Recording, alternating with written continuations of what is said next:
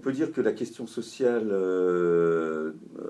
finalement tout au long, depuis qu'elle émerge autour du 19e siècle, a été centrée sur la question du travail, dans une certaine mesure, la problématique d'une intégration. Enfin, il y a deux grandes figures, disons, du social, qui a été d'un côté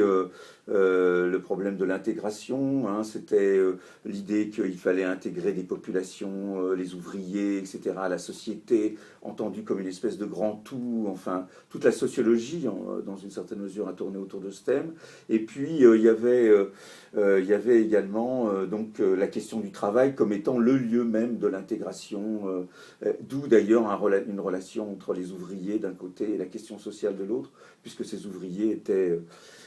porteurs de l'élément du besoin d'intégration et de l'élément, disons, de cohésion sociale. En tout cas,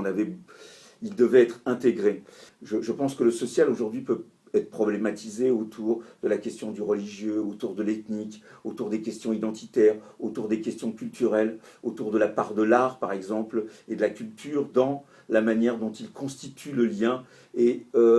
évidemment, la représentation du lien qui est lié à cet enjeu, par exemple, de la culture, ne relève plus de ce simple paradigme de l'intégration, mais relève d'échanges, de circulation, de discussion. Et donc il y a une autre configuration du social qui émerge, que ce soit sur le champ de la culture, que ce soit sur le champ du religieux, de l'ethnique, avec des nouveaux problèmes d'interaction et des nouvelles figures de la médiation, que ce soit une médiation culturelle ou que ce soit des formes d'intermédiation entre les groupes et entre les identités, quoi. Avec effectivement tout un travail, je crois, des professionnels du social à la charnière entre justement ces éléments qui peuvent être par exemple des expériences, des savoirs, des identités, et notamment par exemple pour peut-être anticiper une autre question, les travailleurs sociaux vont aussi devoir mobiliser ou être confrontés à des spécificités, par exemple la question des jeunes des cités, etc., comment se rapporter. Et donc il y a des savoirs situés qui sont en jeu, et plus seulement ce grand discours de l'intégration et cette représentation du social qui serait au fond une vision par le haut. Je pense qu'il y a de plus en plus un enjeu d'horizontalité dans la question sociale. Le travail social est en interaction, doit passer par des interactions et par des formes de savoir qui sont plus du côté de l'échange entre les populations et ces travailleurs sociaux. En tout cas, la posture, au fond, par exemple, il y a tout un débat aujourd'hui dans le travail social autour de la question de la posture, par exemple, de la distanciation. Le professionnel devait être quelqu'un qui était dans une certaine distance. C'est celui qui finalement était dans une certaine impersonnalité de la relation du travail social. Or, de plus en plus, on voit réapparaître des enjeux autour de la proximité, à la fois proximité en termes physiques et culturels, mais aussi de la question de l'émotion, et de la manière dont les émotions peuvent être mobilisées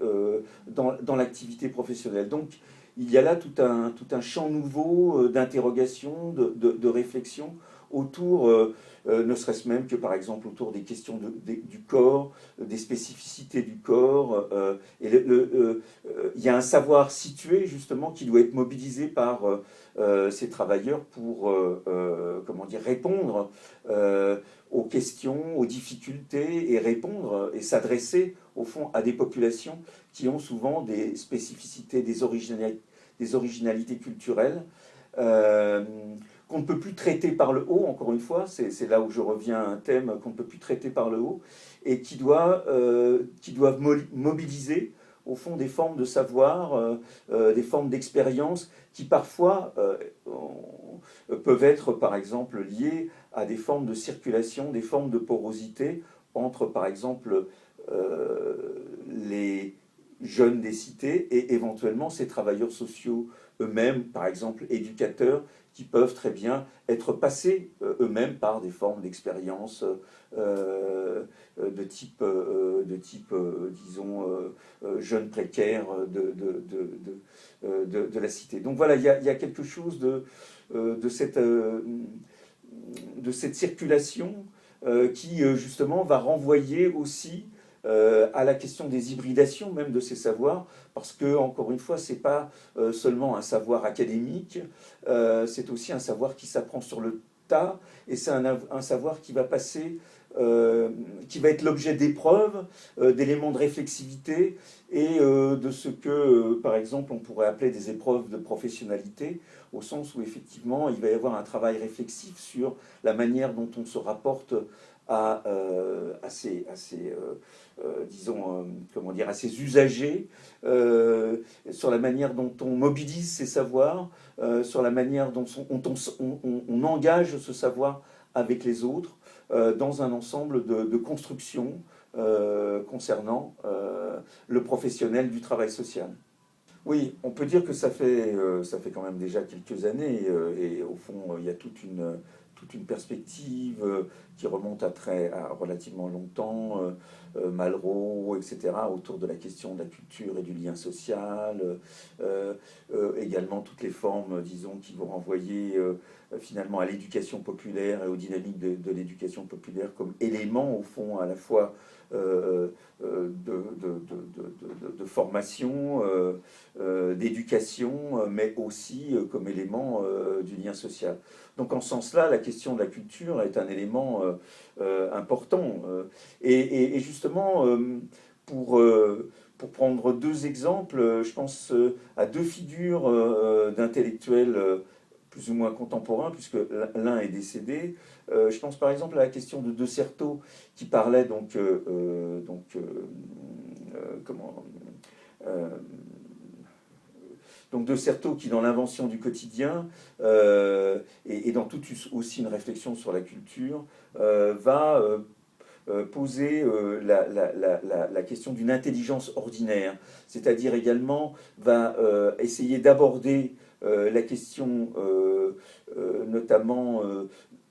de l'usager, la question de la culture, à travers le travail de l'usager, en déclarant que finalement toute consommation n'est pas qu'une consommation au sens d'une représentation comme ça où les gens seraient gavés, mais aussi un élément d'interprétation. Il y a donc tout un travail au fond, il y a toute une importance aujourd'hui de prendre en compte le travail de l'usager, et y compris le travail de l'usager de la culture et la manière dont lui-même est un acteur de la culture à travers son usage. Hein. Et justement, je crois que là, du côté de Certeau, qui est une grande figure, disons, des années 80, qui mérite d'être revisitée, il y a effectivement toute une réflexion sur l'usager de la culture comme celui qui travaille la culture, la transforme, et est un acteur, dans une certaine mesure, culturelle, qui s'inscrit donc dans une interaction et pas seulement dans une, on pourrait dire, univocité du rapport, au sens où on se rapporterait à l'usager comme quelqu'un qu'on instruirait, si je puis dire. On a très longtemps pensé, et autour notamment de la sociologie de Pierre Bourdieu, on a eu tendance à lire la culture du côté des formes de la domination. Et je pense qu'on ne peut pas nier, ou en tout cas, on ne peut pas ignorer une dimension de domination de la culture. Mais ce qui est remarquable, c'est qu'à travers toute cette perspective sociologique, au fond, c'est aussi la puissance d'émancipation de la culture qui a été oubliée, ou en tout cas l'élément de réflexivité, pour autant que justement la culture n'est pas seulement l'instrument de la domination, mais aussi des formes d'appropriation, de réflexivité, et notamment à travers d'ailleurs ce qu'un certain nombre d'héritiers de Bourdieu ont commencé à revisiter, à savoir justement les formes d'écart, les formes de déplacement que provoque la culture. Eh bien, il y a tout un enjeu, je crois, fondamental, qui revient au fond à la tradition des Lumières, qui est aussi cet élément de réflexivité, d'interrogation sur leurs propres conditions, sur effectivement aussi une interrogation de ses préjugés. Justement, ce ne sont pas seulement les identités qui s'hybrident. Effectivement, les identités s'hybrident et les croisements d'identités font que, à travers des confrontations culturelles, les gens changent, les gens effectivement sont amenés à changer et changent d'identité, et les identités se transforment. Je pense que ça, c'est un élément très important. Et je crois qu'il y a quelque chose d'autre, ce sont aussi les usages, les pratiques qui s'hybrident. C'est-à-dire que finalement, on voit très bien comment certains types de comportements, finalement, vont rencontrer d'autres stylisations, d'autres manières d'être, et donc vont engager au fond des formes de chaînes mimétiques, des chaînes de transformation qui justement vont reconfigurer les pratiques, reconfigurer les usages, transformer les manières d'être et les manières de se comporter. Donc voilà, la question de l'hybridation, elle me semble importante au sens où, certes, à travers les formes d'acculturation qui caractérisent notre société, les identités s'hybrident, mais il faut aussi penser le fait que ce sont les pratiques qui sont aussi des pratiques acculturées, au sens où elles sont des pratiques qui en rencontrent d'autres, qui finalement, comment dire,